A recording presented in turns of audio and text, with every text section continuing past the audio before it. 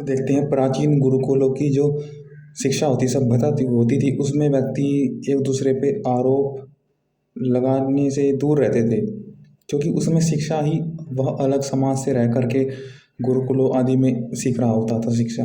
तो उसमें ना तो कोई किसी की दोष करता था, ना कभी कोई किसी की निंदा। निंदा अर्थात गुणों में दोष आरोपण करना निंदा होता है।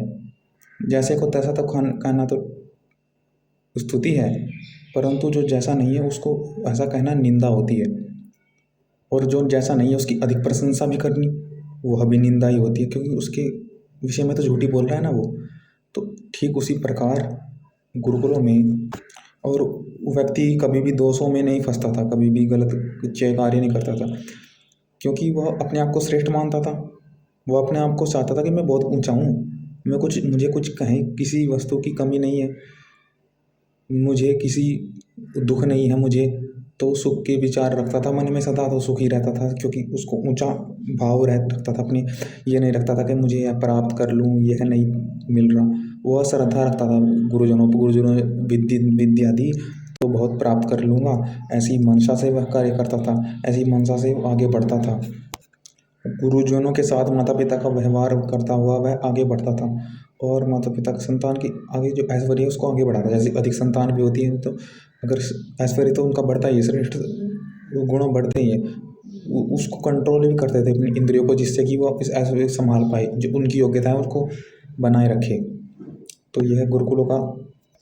और गुरुजनों को अपने प्रियजन बंधुजन ही मानते थे कि ये मेरे संस्कार के अनुकूल ही मुझको ये गुरुजन मिले, कि मेरे ये संस्कार के या मेरे पूर्व जन्म के कुछ साथी ये मेरे गुणों जैसे ही मेरे गुरुजन हैं। जैसे मेरा गुण है स्वयं ऐसे गुण है, जैसे स्वयं हम इस अविद्या से लड़ रहे हैं ठीक पर उसी प्रकार गुरु भी उस अविद्या से लड़ रहे हैं। जिस प्रकार हम सुख चाहते हैं ठीक उसी प्रकार भी यह गुरु हमारा सुख चाह रहे हैं, विद्यार्थी सुख चाह रहे हैं। तो सब मिल कर के उसी अवस्था में रहते रहते अपने सुख को पाते हैं, दुखों से लड़ते हुए सुख प्राप्ति की ओर जाते रहते हैं, कि उसी अवस्था में रह कर के अपने समान सा समझ कर के सम्मान से समान व्यवहार करें और सम्मान देते रहते हैं व्यक्तियों को। तभी स्वयं का सम्मान बढ़ता है कि इन्होंने इतना प्रयास किया मेरे लिए, अब मैं भी श्रेष्ठ हूँ, अपने को साबित, तो मैं भी श्रेष्ठता के लिए इनके मार्ग पर चल सकता हूँ। समान रूप से समान कार्य करेंगे तो हमारा भी अधिक होगा, हम स्वयं से सिद्ध करेंगे, स्वयं कभी भी निकृष्ट नहीं होंगे। तो आज के लिए इतना ही। तो आप देखो कि जो ये अधर्म से जुए से या मस्तिष्क में अधिक धन इत्यादि की लालसा से हो जाते हैं, निकृष्ट हो जाते हैं, उसको से बचिए। जैसे कि आजकल जो IIT में होता है, अन्य संस्थाओं में आजकल होता है, जो गुरुकुल का वातावरण नहीं मिला पाती संस्था, उनके बिहेवियर का उनके पास रिकॉर्ड भी होता था, और जो उन्होंने एकेडमी में परफॉर्म किया वह उनका रिकॉर्ड होता था, जिनसे वह साथ साथ चलते थे। कि अगर उनको अधिक ध्यान देने की ज़रूरत है गुरुजनों को उन पर, तो उनके लिए यथा समय यथा उचित व्यवस्था करी जाती थी। जो कम है उनके लिए अधिक, तो उनके अनुसार फिर उनको योग्य कार्य दे जाते थे, योग्य वर्णाश्रम होते थे।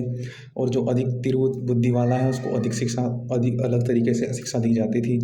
और जो तो उसका रिकॉर्ड करते थे, उन्हें पुत्रवत इत्यादि से शिक्षा दिया करते थे यथा उचित।